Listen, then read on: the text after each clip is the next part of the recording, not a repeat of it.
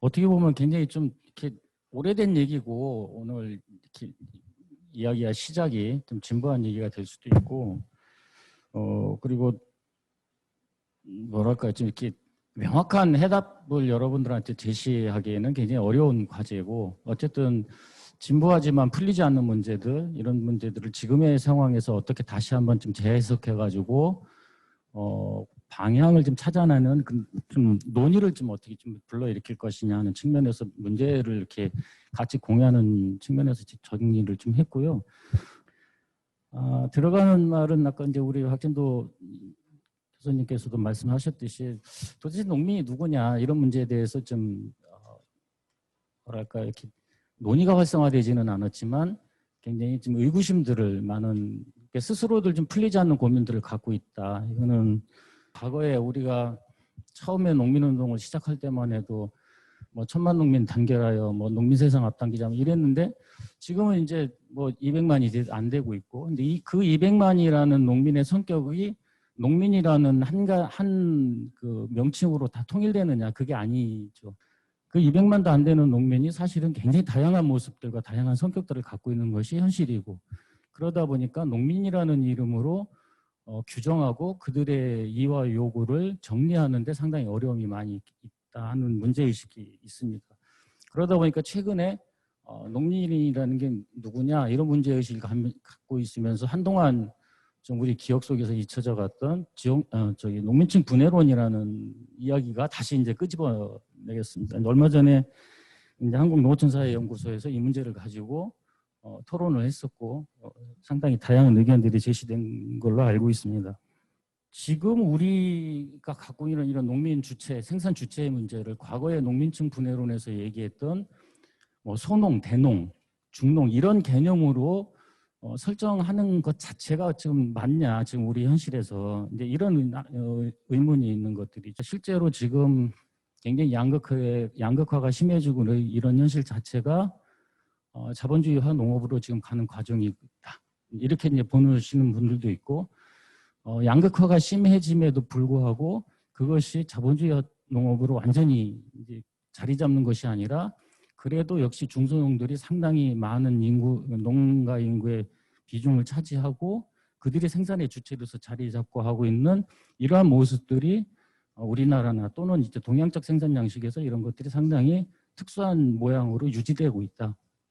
근데 이제 그런 관점에서 보면은 중소농이라는 그 농가들이 사라질 농가들이 아니라 여전히 중요한 농업 생산의 주체다. 뭐 이런 이제 그 논리를 갖고 있는 것들이죠.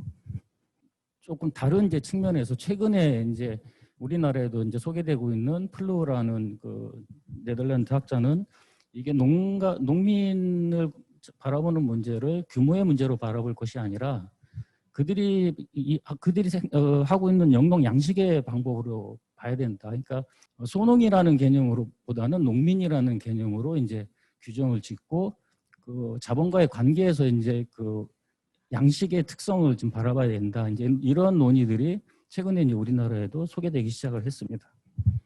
이 견해에 따르면은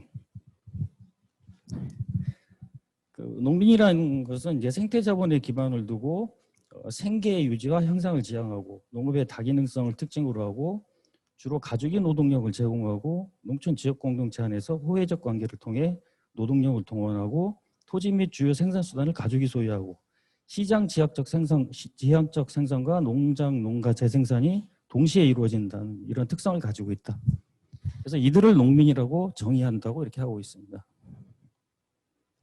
근데 지역농업 조직화에서 관점으로 본다면은 이런 농민이 누구냐 하는 문제도 중요하지만은 과연 이제 우리가 이런 지금의 우리의 농업의 문제를 바라볼 때 개별 농가의 성격만 규정해서 우리의 문제를 바라볼 수 있느냐 그것이 아니고 이 생산 주체의 문제를 개별 농가가 뿐만이 아니라 조직의 문제까지도 좀 확산해서 봐야 된다. 그래서 이제 조직을 생산의 주체로서 어떻게 바라볼 것이냐 이런 관점에서 본 논의는 이제 시작이 되고 있습니다.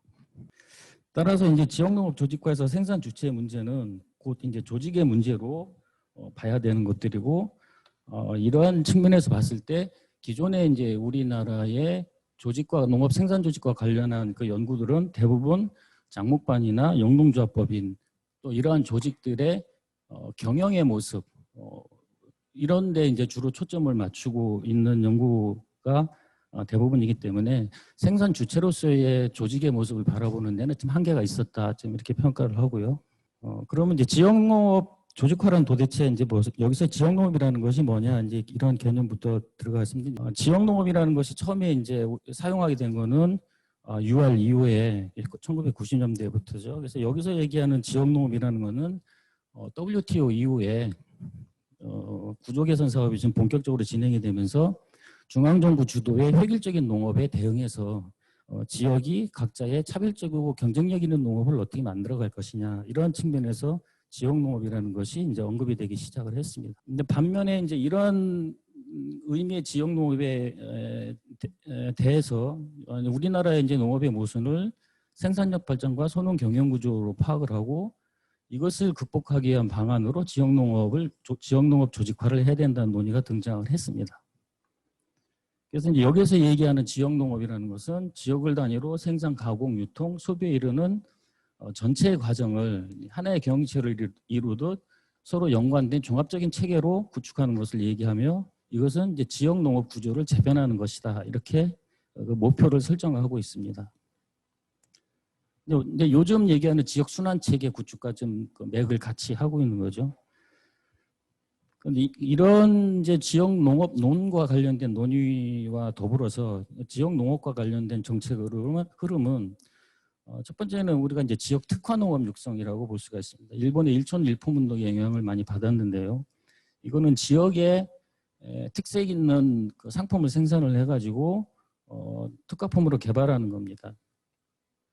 근데 이러한 그 지역 특화 농업 육성 정책이 갖고 있는 일정의 성과나 장점이 있는 반면에 이것이 이제 전체적으로 지역 농업을 어체적으로 재편할 것이냐 이런 측면을 아직 나가지 못했다는 그런 측면과 더불어 가지고 지역 농업을 특정 품목 중심으로 재편을 하면서 오히려 그 품목이 지역 간 경쟁을 유발하고 지역 내에서는 그 품목과 다른 품목의 균형을 이루지 못하는 이런 문제점이 있었다 이렇게 평가를 하고 있습니다. 그 뒤로 이제 이어지는 게 산지 유통 조직화인데요. 이제 산지 유통 조직화라는 거는 이건 내내 이제 지역 특화 품목하고 좀 연결이 되는 건데 특화 품목을 중심으로 공동 마케팅 조직을 구축을 하는 거죠. 그리고 이것의 중심은 산지 유통 시설이 됩니다. 그러니까 시설 중심으로 그 산하에 생산 조직을 구축을 하고요. 그것을 통한 시장 경쟁력 강화를 목적으로 했습니다. 이론적으로는 규모의 경제나 지역 특화 농업 육성이라는 거하고 흐름을 같이 하고 있고요. 이러한 것들이 유통에 있어가지고 이제 시장 경쟁력을 갖추기 위해서 규모화하고 조직화해야 된다는 것은 그 자체로서는 부정할 수 없지만 사실은 이것도 앞에서 얘기했던 지역 농업 내의 불균형의 문제 이런 것들을 좀 갖고 오게 된 거죠. 한편 이제 일본의 집락영농의 그 영향을 받아가지고 우리나라에서도 마을영농이 구체적으로 지금 실험 단계에 들어갔습니다. 그래서 2013년부터 경북형 마을영농이라고 해가지고 이것이 3년 동안 시범 사업이 지금 진행이 됐고요.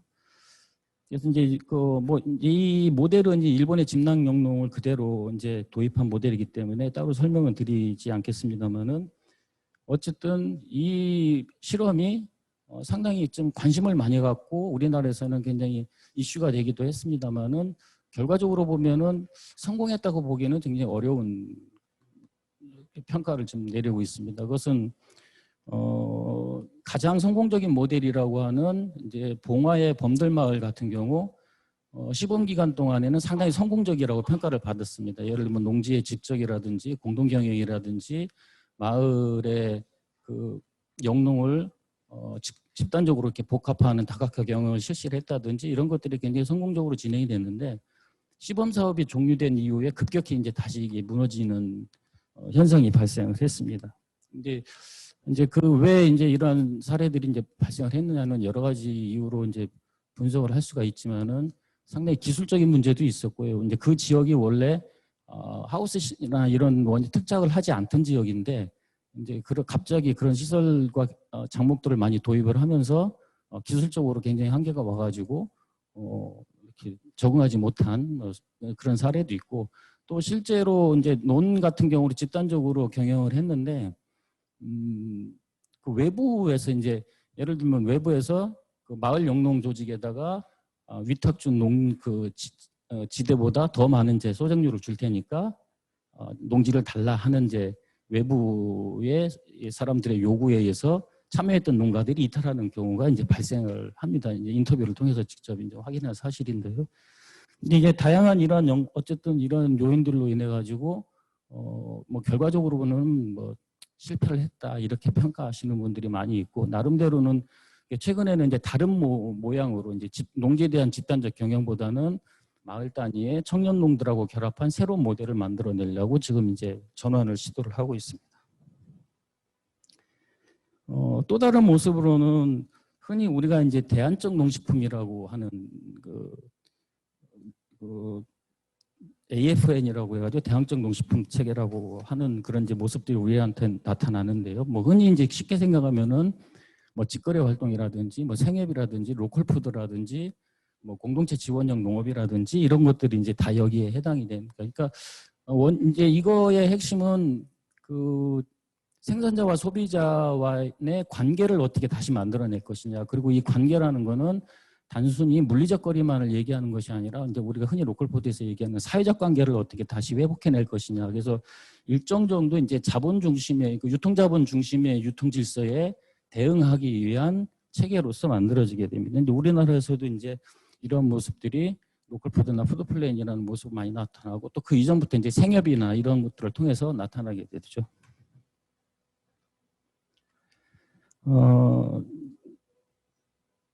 이러한 이제 그 대안의 먹거리 유통 체계나 이런 것들을 우리가 이제 지역농업 조직화의 측면에서 보면은 소비 부분을 우리가 어떻게 조직할 것이냐하고도 연계되는 부분이기 때문에 이런 부분들은 우리가 얘기하는 지역농업 조직하고 상당히 맥을 같이 하는 부분이라고 생각을 합니다. 특히 이제 생협 같은 이제 흐름들은 생산자와 소비자 간의 관계를 통해 가지고 어떻게 위험과 편익을 같이 공유할 것이냐. 그러니까 예를 들면은 뭐 농작물이 흉작이 됐을 때 소비자들이 일정 정도의 거기에 대한 가격을 좀 더 조정을 해준다든지, 아니면은 뭐 농산물이 과다 공급됐을 때 그거에 대해서 가격과 물량을 소비자들이 조정을 한다든지, 이런 이제 협의 관계를 통해 가지고 보면은 위험도 같이 공유할 뿐만이 아니라 편익도 같이 공유하는 새로운 이제 사회적 관계로 모델로 자리 잡고 있죠. 근데 어쨌든 이러한 조직들은 기존에 우리가 지역농업 조직화라는 측면에서 보면은 그러니까 소비의 조직화고 유통의 조직화다. 그러니까 즉 어떻게 생산을 조직할 것이냐 부분하고는 좀 다른 모습이다 하는 것들을 먼저 좀 말씀을 드리고요. 이건 좀 이따 다시 말씀드리도록 하겠습니다. 최근에 우리가 그 지역농업 조직과 생산 조직과 관련해서 좀 눈여겨봐야 될 것이 로컬푸드에서 얘기하는 기획생산 체계입니다. 그리고 이 기획생산 체계는 지역의 수요에 대응한 지역의 공급 체계를 만든다는 의미를 갖고 있습니다. 그러니까 우리가 생산할 품목과 양을 내가 결정하는 것이 아니라 지역의 수요가 얼마나 존재하고 지역의 소비자들이 얼마나 있는지를 판단해서 거기에 맞게 지역 차원에서의 공급 계획, 품목, 수량, 시기 이런 것들을 미리 기획하고 조정한다는 측면에서 보면은 상당히 지역농업 조직화에서 얘기하는 그 지역의 종합적인 그 생산 체계, 작부 체계를 만든다는 의미에서 상당히 좀 그 뭐랄까 적합한 그런 모델이라고 볼 수가 있는 것들이죠. 기획 생산 체계의 중요성은 그 6쪽의 하단에 나와 있는 것을 좀 참고를 해주시면 될 것 같습니다.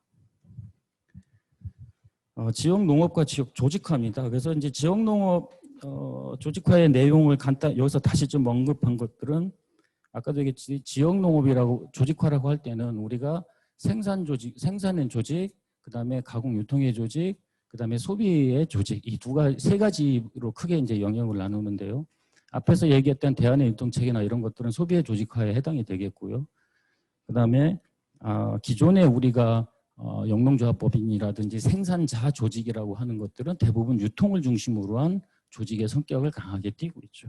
그래서 여기서 이 문제를 다시 말씀드리는 거는 생산 부분의 조직화는 굉장히 아직 우리가 미진한 단계다. 이런 것들을 이제 말씀을 드리기 위해서 이제 설명을 하게 된 겁니다. 특히 이제 생산의 생산을 조직하는 데 있어서 가장 핵심적인 건 우리가 이제 생산을 조직하는 거는 어떻게 자원을 효율적으로 이용하고 배분할 것이냐 문제인데 여기는 자본, 노동, 농지 이런 것들이 들어갑니다. 근데 기존에 우리가 이제 생산자 조직을 보게 되면은 예를 들면은 우리가 80년대부터 농기계 공동이용 조직 같은 걸 했는데 이거는 이제 그 자본과 노동을 공동으로 이용하는 조직이거든요. 근데 실제로 잘 안 됐어요, 이게. 왜냐하면 거의 이제 농기계를 마을 단위로 주게 되면은 거의 조금 하다가 뭐 이장이나 아니면 대농 중심으로 개인이 그걸 소유해서 이용하는 형태로 그러니까 조직화가 안 되는 것들이죠. 그러니까 생산 부분의 조직은 세 가지가 다 안 되고 있는데 잘 우리가 쉽게 접근할 수 있는 노동의 조직화나 공동이용이나 이런 것들이 잘 안 되고 있는 이유가 어디 있느냐 이제 이런 문제에 고민해서 시작을 한 겁니다. 8쪽으로 가서 왜 다시 조직인가? 농민은 누군가 이 문제를 좀 다시 좀 소환을 해야 될 필요가 있다고 봅니다. 그래서 이제 앞에서 얘기했던 플루어는 이제 농민적 생산 양식이라고 했을 때 이 농민적 생산 양식은 시장으로부터 거리두기 한다. 그러니까 시장으로부터의 자율성을 이제 중요시하는 거고요. 세 가지 속성을 주요 속성으로 얘기합니다. 공동생산, 자원기반, 자율성. 근데 공동생산이라는 거는 인간과 자연 간의 지속적인 상호작용인데 이거는 기존에 우리가 자연, 그러니까 토지나 이런 것들을 단순히 농업 생산을 위한 자원, 즉 대상으로 본 반면에 여기서는 그것도 하나의 주체로 이제 본 거죠. 그래서 이제 공동생산이라는 의미를 사용을 하고요.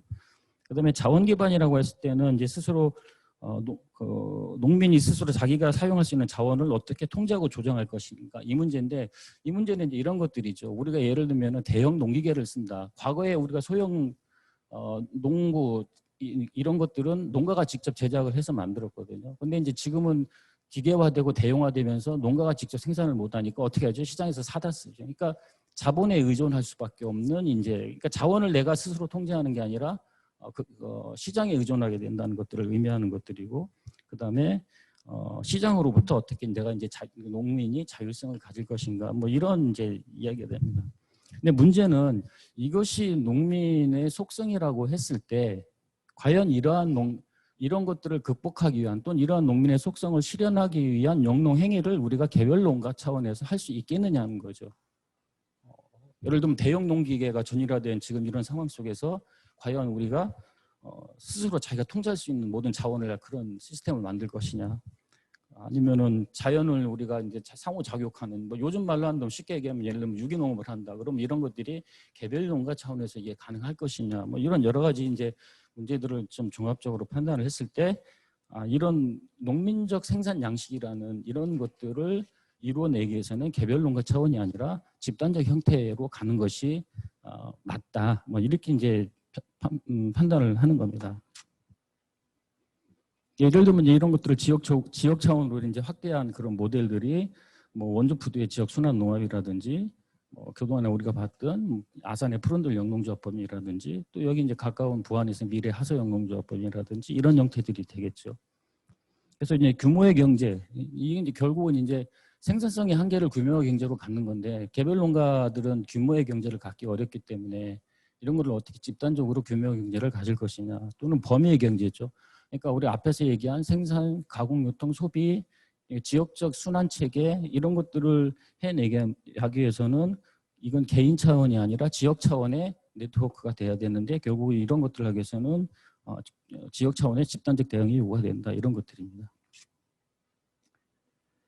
그래서 이제 이런 지역농업 조직화에서 얘기하는 조직이라는 것은 이런 생산 조직을 반드시 포함해야 된다. 그래서 지역 내 수평적 관계에 더불어서 수직적 연계를 통한 이런 조직화를 이뤄내는 것들이 중요하다. 뭐 이런 이야기가 되겠고요.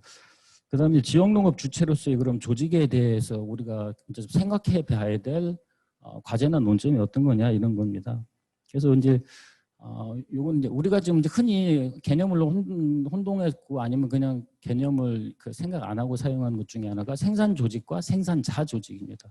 우리가 흔히 생산 조직이라고 하는 영농조합법인이라든지 뭐 장목반이라든지 이런 것들은 사실은 지역농업 조직화의 관점에서 보면은 생산 조직이 아니라 가공 유통 조직이라고 이제 보는 거죠.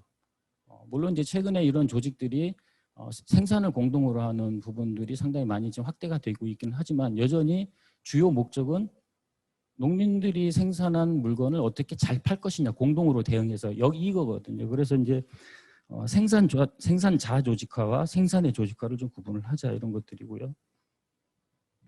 근데 중요한 거는 지금 우리가 이제 가장 큰 농민들의 가장 큰 문제는 농업의 가장 큰 문제는 가격의 문제고 가격을 잘하기 위해서 유통의 문제를 해결해야 한다는 것들이 대부분 농가들의 이제 의견인데 이거는 이제 산출 부분이거든요. 엄밀한 의미에서 그러니까 우리가 만들어 놓은 것을 어떻게 부가가치를 제대로 받고 팔 것이냐는 측면인데 그러면 농업의 문제가 우리가 앞에서 얘기했던 지금의 현재의 대부분의 농업의 형태가 시장에 굉장히 의존돼 있고 종속돼 있는 거라는 전제로 한다면은 과연 판매 부분만 종속돼 있느냐, 투입 부분은 어떠냐 이 문제거든요.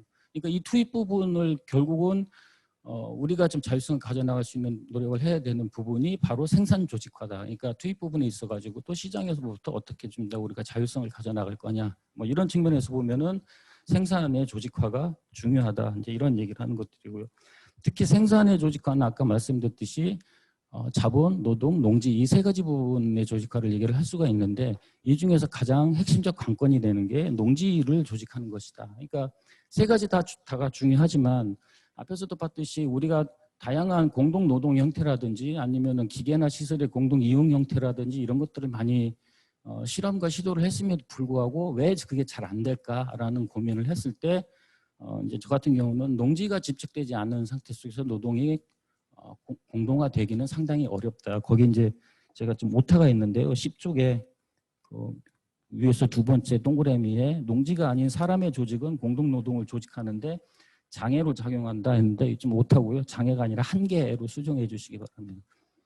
그래서 이제 사람을 중심으로 한 이러한 조직의 형태들이 결국은 노동의 조직화나 공동 조직화나 이런 데들에 좀 한계가 있다. 그래서 이런 것들을 극복하기 위해서는 농지의 조직화, 어디가 우리가 농지를 집단적으로 같이 이제 공동 경영할 것인가 이런 문제로 접근하는 것이 맞다. 이렇게 들어간 것들이고요. 그래서 이제 그런 사례를 역시 우리는 다시 이제 일본의 사례에서 본 것들이죠. 일본의 지금 보시는 이제 그 그림 같은 경우는 일본 타마노초 영농조합법인인데 그 타마노초 지역에 논이 갖고 있는 82%를 이 영농조합법인이 집적을 시켜가지고 이용을 합니다. 이제 44.8헥타입니다. 거기도 오타가 났는데 그래서 한 40, 규모가 그렇게 뭐 큰 규모는 아닌데 시골 마을로 봤을 때는 이렇게 해서 농지를 여기에 대해서 경영을 공동으로 하고 그다음에 지역의 생산 작부 체계를 복합화시켜 나가는 모습들을 근데 이런 모델들이 뭐 타마노초만 있는 것이 아니라 상당히 일본에서는 상당히 많이 확산돼 있죠. 뭐 이제 집농영농이 지금 한 25,000개 정도 되는데 뭐 한 25,000개가 다 이런 형태를 하는 건 아니지만 어쨌든 상당히 많이 일반화된 형태로 볼 수가 있습니다. 두 번째는 농지 소유와 이용에 대한 주체입니다. 일본의 집농영농이 초기에는 농지를 어떻게 공동으로 경영해서 효율적으로 활용할 것인가로 시작을 했는데 최근에는 물론 그건 여전히 유지가 되지만은 거기에 지역의 농지를 어떻게 보존할 것인가 하는 부분이 상당히 강하게 이제 작용을 하고 있습니다. 이 문제는 우리하고는 약간 좀 다른 경우이기는 하지만은 일본 같은 경우는 농지가 유화되는 게 그러니까 농지가 제대로 이용이 안 되고 뭐 우리말로 하면 농지가 묵어난다고 그러죠. 그런 게 상당히 많이 발생을 합니다. 그거는 아시다시피 일본은 우리보다 경업이 더 많이 일반화되어 있고 그다음에 농가 소득이 더 낮고 그다음에 농지에 우리는 뭐 공무원들이 농지 살라고 지금 난리지만은 거기는 농지 이제 그동안 제로금리가 계속되면서 농지의 가격이 아예 농지가 투자 자본으로서의 가치가 전혀 없는 데이기 때문에 농지가 이제 이용이 제대로 안 되고 많이 있고 이런 것들이죠. 그래서 이제 그러한 농지가 활용되지 않고 묵어나는 것들에서 어떻게 이거를 지역이 이거를 같이 농사를 지을 수 있는 땅으로 만들어낼 것이냐, 이제 이런 고민들이 진당 영역에서 많이 되고 있고 실제로 그런 측면에서 많이 활용이 좀 되고 있는 것들이죠. 특히나 이제 제가 이게 좀 이제 그래서 이제 이 농지 이용이라는 측면에서 봤을 때 앞으로 농지의 소유와 이용에 관해서 우리가 어떻게 전망할 수 있을 것이냐, 이거는 이제 단순히 이제 전망입니다. 그야말로. 근데 어쨌든 개별 농민이 소유하는 형태가 지속이 될 수가 있겠고요. 근데 우리가 이제 이때 개별 농민이라고 할 때는 상당히 대농들이 집중하는 형상으로 많이 갈 것이다 예측을 할 수가 있고, 두 번째로는 대농들이 중심이 된 영농조합법인이 농지를 수위탁 형식으로 이용하는 것들이 많이 더 확대될 수 있을 것이다. 물론 과거에 이제 위탁 영농조합법이라 많이 설립됐다가 지금은 많이 없어지긴 했지만은 위탁 영농조합법인이라는 형태보다는 영농조합법인이 지역의 농지를 수탁해서 활용하는 형태가 더 확대가 될 수가 있을 것이다.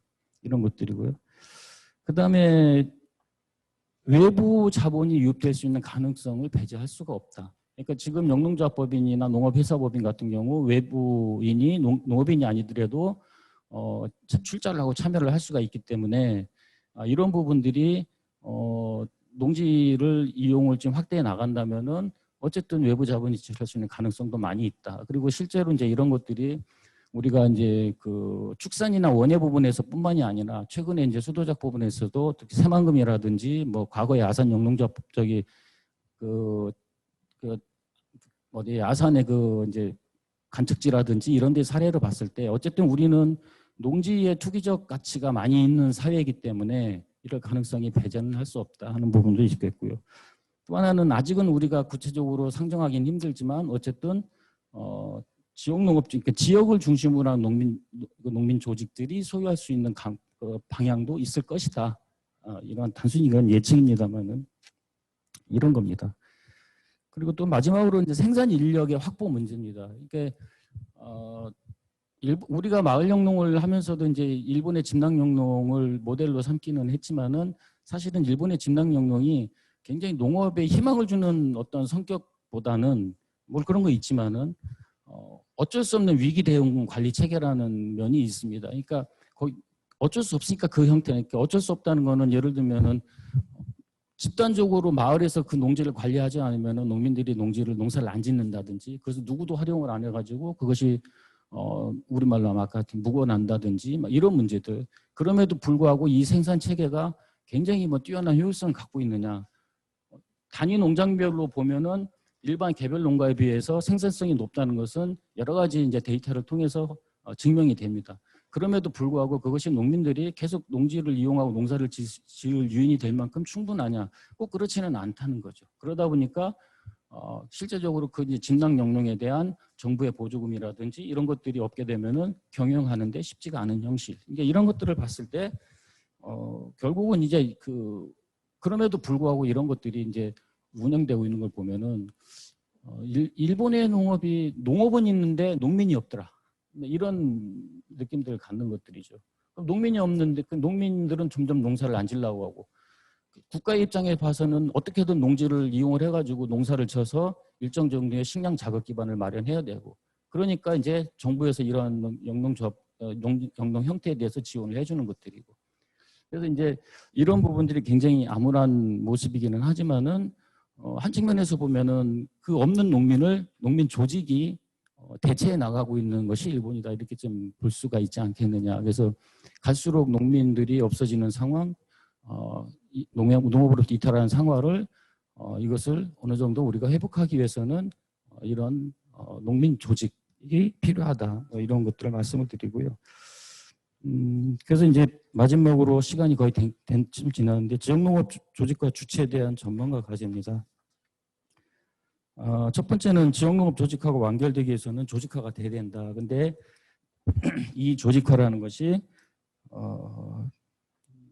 기존에는 이제 유통조직으로서의 성격을 좀 강하게 하고 가졌지만은 이제는 이런 것들이 조직화의 완결성을 높이기 위해서는 농지 이용을 중심으로 한 조직화가 좀 돼야 될 필요성이 있다, 이렇게 말씀을 드리고요. 두 번째로는 당연히 농지가 집적이 되고 공동경영이 되려면은 이것이 이제 지역 단위로 설정이 되어 있겠죠. 여기서 지역이라는 것들은 뭐 마을도 될 수가 있고 뭐 들녘경영체도 될 수가 있는데 사실은 이제 한 곳에 이것이 농지가 같이 모여서 이렇게 활용할 수 있는 체계 뭐 이런 형태로 돼야 될 것이다. 우리가 그 이제 앞에서 얘기한 플루 같은 경우는 농민적 생산 양식을 얘기를 할 때 사실은 이제 플루 같은 경우는 그 농민적 생산 양식을 개별 농가에다가 굉장히 이렇게 모습으로 그 모델을 그려놨거든요. 근데 사실은 좀 유럽의 농업 형태라는 것들이 개별 농장 팜 단위이기 때문에 당연히 그렇게 그려질 수밖에 없었을 거라고 보여지고, 반면에 우리는 어쨌든 우리가 마을을 중심으로 농지가 편제돼 있고 그 농지가 모여 있고 여전히 그 각 농가별 농사를 짓는 데서의 연계성이나 협력 체계나 상호 관계나 이런 것들이 아직도 많이 남아 있기 때문에 우리 입장에서 이것을 바라보면은 유럽의 모습하고는 좀 다르게 지역 단위의 모습으로 이거 조직 무형을 확대해 나갈 필요가 있지 않느냐 이렇게 생각을 합니다. 마지막 남는 문제는 그래도 농지는 누가 가질 것이냐, 누가 이용할 것이냐, 이 문제는 여전히 좀 뭐랄까요, 잘 풀리지 않는 문제, 고민의 문제, 그래 아무런 좀 문제이기도 한데, 이것은 이제 어떤 현실적이고 이런 문제로 본다면 굉장히 암울할 수밖에 없다. 뭐 최근에 나타나는 사례 모습도 좀 그런 것들이 보여지고요. 아무리 법적 제도적 농지법을 개정한다고 한들 외부자본이 들어온 것들을 과연 다 막을 수가 있겠느냐, 뭐 이런 그런 측면에서 보면은 이거는 좀 뭐 규범적인 측면에서 우리가 좀 접근하는 것도 필요하지 않겠느냐. 어쨌든 경제유전의 법칙을 우리가 제대로 그 단지 형식적인 경제유전이 아니라 정말로 농민적 이용을 가져나가기 위해서는 앞에서 얘기했던 농지 소유의 여러 가지 경로들, 그러니까 대농 중심 또는 대농들이 중심이 된 영농조합법인 아니면 지역 단위의 모델, 뭐 여러 가지 이제 경로들 중에서 우리가 어떤 것들을 해나기 위한 노력들을 해내야 될 것이냐 봤을 때 지역의 대다수 농민들이 지금 참여하는 지역 단위의 영농 조직의 모습, 생산 조직의 모습 이런 것들을 추구해야 될 필요성이 있지 않느냐 이렇게 생각이 됩니다. 그리고 지금 이런 이제 고민한 내용들이 그동안의 연구 결과나 이런 것들이 굉장히 축적되고 논의가 활성화된 부분들이 아니기 때문에 상당히 많이 다양한 이견과 또 뭐 반론도 있을 거라고 생각을 하고요. 그런 부분에 대해서는 어쨌든 우리가 이제 좀 논의를 통해서 조금씩 문제의 본질과 방안을 찾아나가는 그런 노력들을 해나가는 계기가 됐으면 좋겠다 하는 정도에서 제 말씀을 마치도록 하겠습니다.